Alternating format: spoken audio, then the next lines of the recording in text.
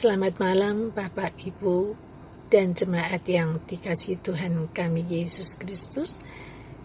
Kita bersyukur pada malam hari ini masih diberi kesempatan untuk beribadah bersama di dalam kebaktian tengah minggu. Sebelumnya, marilah kita berdoa. Mari kita berdoa. Terpujilah Allah yang maha tinggi, Allah yang kami sembah di dalam Tuhan kami Yesus Kristus, dengan pimpinan Roh-Mu yang kudus senantiasa menyertai, mengasihi, dan senantiasa memelihara kehidupan kami. Bapa di surga, boleh kami pada malam hari ini akan beribadah di dalam kebaktian tengah minggu. Kami serahkan dari awal hingga akhir ibadah ini di dalam tangan-Mu. Sebelumnya kiranya Bapa mengampuni dosa dan kesalahan kami. Boleh kami beribadah dengan benar di hadirat-Mu. Di dalam nama Tuhan kami Yesus Kristus, doa ini kami naikkan. Amin. Baik Bapak Ibu, mari kita awali persekutuan malam ini dengan kita nyanyikan dari Kidung Jemaat 17, bait yang pertama dan kedua. Tuhan Allah hadir.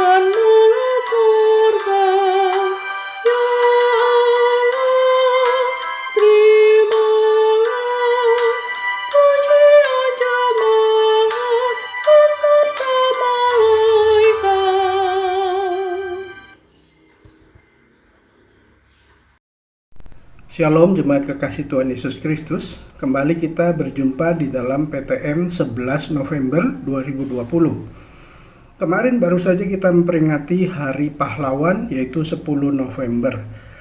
Saudara, kalau kita berbicara masalah pahlawan, siapakah dia itu? Kalau kita melihat dari Kamus Bahasa Indonesia, saudara-saudara, karya pahlawan adalah orang yang menonjol karena keberanian dan pengorbanannya dalam membela kebenaran. Orang yang perjuangannya itu gagah dan berani, itulah pahlawan. Sehingga kalau kita melihat berbicara masalah pahlawan adalah orang yang melakukan perbuatan yang sangat hebat dan besar. Di dalam bagian terakhir dalam kehidupan kita mengenal di Avengers, yaitu cerita sekumpulan orang-orang yang disebut pahlawan, karena mereka adalah kelompok orang-orang Superman yang melawan organisasi yang bermaksud menghancurkan bumi. Tokoh-tokoh dalam Avengers itu memiliki kekuatan super, melindungi bumi dari serangan yang akan menghancurkan bumi. Jadi, pahlawan adalah orang yang berpikir tentang orang-orang yang memperjuangkan kemerdekaan. Kalau dalam kehidupan kita di Indonesia adalah memperjuangkan kemerdekaan, seperti misalnya Soekarno, Hatta, lalu kita mengenal Panglima Sudirman dan banyak pahlawan yang lainnya. Saudara-saudara, itulah sebabnya kita juga di Surabaya khususnya yang menjadi tempat di mana peringatan Hari Pahlawan itu dimulai. Kalau kita melihat keputusan Presiden nomor 316 tahun 1959, di sanalah diputuskan 10 November sebagai ditetapkan sebagai tanggal Hari Pahlawan Nasional atau Indonesia yang menetapkan Presiden Soekarno, saudara-saudara. Tujuannya untuk mengenang jasa para pahlawan karena terjadinya tragedi pertempuran 10 November tahun 1945 di Surabaya. Ketika Jenderal Sekutu mengalami kematian, saudara-saudara, maka terjadilah pertempuran di Surabaya itu antara pihak tentara Indonesia dengan pasukan Inggris. Inggris menyerbu Surabaya, saudara, dari darat, laut, dan udara, ya, karena mereka merasa menang sebagai tentara sekutu, hendak menyerang Indonesia, di mana Indonesia dulunya dijajah oleh Jepang dan Jepang dikalahkan oleh sekutu. Saudara, pada zaman sekarang, pahlawan itu seperti apa? Pahlawan adalah orang yang berjasa dalam kehidupan masyarakat, ya, melalui ide, melalui kerja keras, dan melalui kontribusi dalam berbagai hal. Nah, bagaimana saudara-saudara pahlawan itu sesungguhnya? Apakah memang seorang pahlawan itu harus mengorbankan nyawa dengan perjuangan yang besar? Saudara, pertanyaan itu menjadi mengusik untuk kita sebagai orang Kristen. Bagaimana menurut pandangan Alkitab? Bagian firman Tuhan akan saya bacakan, saudara, dari Hakim-Hakim 7 ayat 12. Malaikat Tuhan menampakkan diri kepadanya dan berfirman kepadanya, demikian, Tuhan menyertai engkau, ya pahlawan yang gagah berani. Ini adalah bagian firman Tuhan di mana malaikat Tuhan datang kepada seorang bernama Gideon. Waktu itu bangsa Israel mengalami penjajahan oleh bangsa Midian dan orang Israel itu dijajah berdemikian rupa. Nah, karena penjajahan itu mereka mengalami kesulitan selama 7 tahun. Barulah di situ malaikat Tuhan datang kepada Gideon untuk memimpin dan melawan tentara Midian itu. Saudara, kalau kita melihat di dalam bagian firman Tuhan ini, pahlawan menurut Tuhan itu ternyata standarnya berbeda dengan pahlawan menurut manusia. Di dalam Alkitab, saudara, menurut pengalaman Gideon ini, Gideon itu adalah orang yang Tuhan pilih sebagai pahlawan. Ternyata dalam Alkitab, saudara, orang yang dipilih sebagai pahlawan itu sebenarnya adalah pribadi yang bersedia melaksanakan tugas yang Tuhan percayakan kepadanya. Walaupun dia sendiri mempunyai banyak keterbatasan. Contohnya Gideon. Gideon merasa dirinya kecil. Dia merasa paling muda di antara kaum keluarganya. Dia merasa berasal dari suku yang kecil, yaitu suku Manasye. Tetapi saudara-saudara, malaikat Tuhan datang kepada dia dan mengutus dia untuk melakukan perlawanan terhadap bangsa Midian.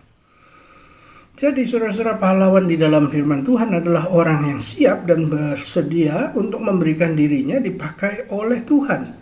Pahlawan adalah orang yang bersiap untuk melakukan kehendak Tuhan dalam kehidupannya. Walaupun kehidupannya itu berat, walaupun kehidupannya itu susah.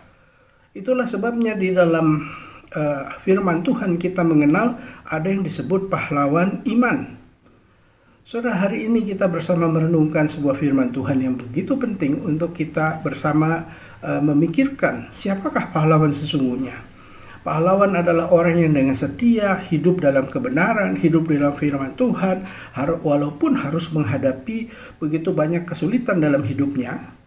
Pahlawan adalah orang yang mau tetap berjalan dengan setia bersama dengan Tuhan, walaupun ketika berjalan dengan Tuhan, dia menghadapi begitu banyak kesulitan dan penderitaan yang harus dijalaninya. Pahlawan di dalam pemahaman firman Tuhan adalah orang yang siap dipakai oleh Tuhan untuk menjadi pelaku-pelaku firman Tuhan, walaupun menjadi pelaku firman Tuhan itu tidak mudah. Marilah kita bersama merenungkan firman Tuhan ini, saudara-saudara, dan kita melihat bahwa seorang pahlawan itu memang kenyataan hidupnya banyak menghadapi tantangan, kesulitan, dan tantangan dan kesulitan itu bisa dihadapi dengan pertolongan dari Tuhan. Seperti Gideon, saudara-saudara. Gideon itu tidak mampu tetapi dimampukan oleh Tuhan. Gideon merasa kecil, akhirnya Tuhan yang menolong dan menguatkan dia untuk menghadapi bangsa Midian yang sudah menjajah bertahun-tahun bangsa Israel. Nah, dalam kehidupan kita sehari-hari, saudara-saudara, marilah kita terus belajar mengenang bukan saja pahlawan bangsa Indonesia, tapi kita juga belajar dari pahlawan-pahlawan iman yang sudah kita pelajari dalam firman Tuhan. Bagaimana kita belajar dari Tuhan Yesus, seorang yang terus berusaha memberikan, memerdekakan begitu banyak orang, yang memberikan hidupnya sampai ke atas kayu salib. Seorang pahlawan seperti Tuhan Yesus yang terus mau dengan setia, taat mengikuti panggilan kehendak Bapaknya sampai naik ke atas kayu salib. Itu adalah pahlawan yang sejati. Begitu juga dengan Rasul Paulus, kita melihat dia adalah pahlawan iman kita karena dia harus menghadapi begitu banyak pergumulan, begitu banyak tantangan dan persoalan ketika dia menjadi seorang rasul. Tetapi dia terus dengan setia mengikuti panggilan itu sampai akhirnya dia bisa menjadi pengikut Tuhan yang setia. Itulah pahlawan dari sudut pandang firman Tuhan. Malah dalam kehidupan kita yang sulit sekarang, saudara-saudara, kita tidak terbawa oleh arus penderitaan yang sulit yang harus kita hadapi, tetapi kita terus setia, terus taat, dan menanamkan nilai-nilai kebenaran itu kepada lingkungan di sekeliling kita, kepada istri kita, kepada suami kita, kepada anak-anak kita, supaya mereka bisa melihat dalam hidupnya ada pahlawan iman, yaitu kita sebagai orang tuanya, kita sebagai suaminya, kita sebagai anggota masyarakat yang tetap setia kepada Tuhan, tetap setia menjadi pelaku firman Tuhan walaupun tidak populer. Semoga firman Tuhan hari ini menguatkan kita. Tuhan menolong saudara dan saya. Amin. Mari kita bersatu hati berdoa menghadap Tuhan. Mari kita berdoa.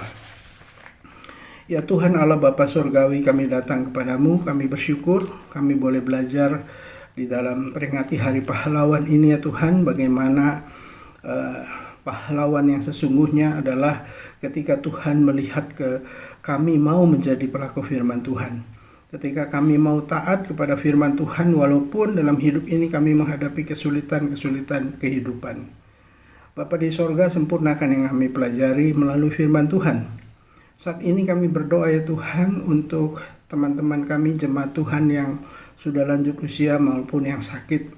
Kami berdoa dan mengingat Bapak Anindya Eko Purwanto, Ibu Elsnan Lohi, Ibu Yani Ivon Taliwongso, Ibu Retno Kusnadi, Bapak Didi dan Ibu Suartini Prasetyo, Ibu Kustejo, Bapak Suwandiko Brata dan Ibu Erna. Kami menyerahkan juga teman-teman kami yang lain Tuhan satu persatu ke dalam tangan kasih-Mu. Di masa pandemi ini Tuhan, berikan kepada kami tetap hidup setia kepadamu Tuhan walaupun harus menghadapi begitu banyak tantangan. Kami terus berdoa Tuhan bagi teman-teman lanjut usia maupun mereka yang sedang kurang enak badan. Tuhan, tolonglah mereka satu persatu. Kami berdoa untuk seluruh anggota jemaat GKI Mercy Indah, berikan kepada kami hati yang setia kepada Tuhan, ketaatan penuh dan mau menjadi pelaku firman Tuhan, supaya kami dapat benar-benar hidup di dalam anugerah-Mu dan setia kepada Tuhan. Terima kasih Tuhan, kami terus berdoa bagi pemerintah negara kami, supaya pada akhirnya pandemi COVID-19 boleh ditangani dengan baik, dan kami boleh beribadah kembali sesuai dengan kehendak-Mu dan rencana-Mu. Sempurnakan doa kami Tuhan, kami berdoa dalam satu nama Tuhan kami Yesus Kristus. Amin. Baik Bapak, Ibu, Saudara terkasih, setelah kita mendengarkan firman Tuhan, mari kita tutup ibadah persekutuan ini dengan kita nyanyikan dari NKB 188, bait yang pertama dan kedua, Tiap Langkahku.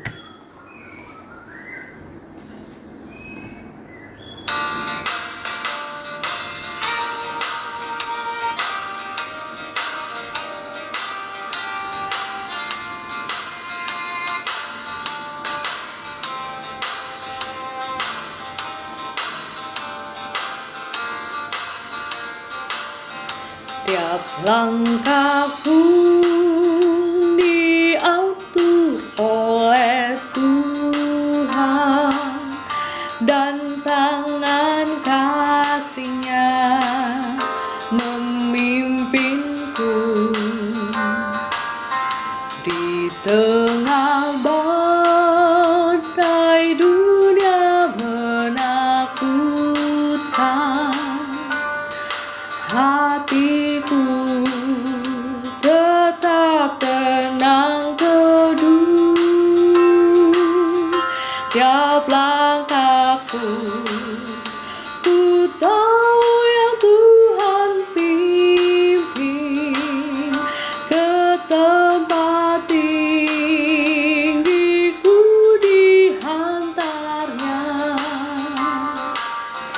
hingga sekali nanti aku tiba di rumah Bapa surga yang bakal. Di waktu imanku mulai goyah, dan bila jalanku hampir sesat, ku pandang Tuhanku menebus dosa. Ku teguh sebab Dia dekat tiap langkahku. Ku tahu yang Tuhan pimpin ke tempat tinggi, ku dihantarnya hingga sekali